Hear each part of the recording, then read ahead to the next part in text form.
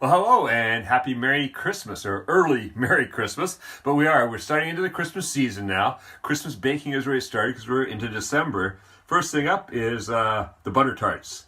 Canuck Christmas butter tarts. Yeah, great. Lots of Christmas baking and cooking coming up. But I want you to remember is that we had some great ones last year. And don't miss out on some of those. Brunsli, Swiss cookies. Fantastic, delicious. Check those out.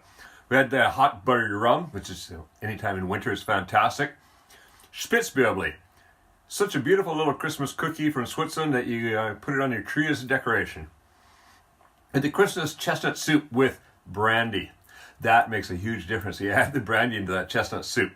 I went the roast chicken and chestnut stuffing casserole. I highly recommend that as a Christmas dinner. We have it at a Christmas dinner here at our house most every Christmas. Fortified Glühwein.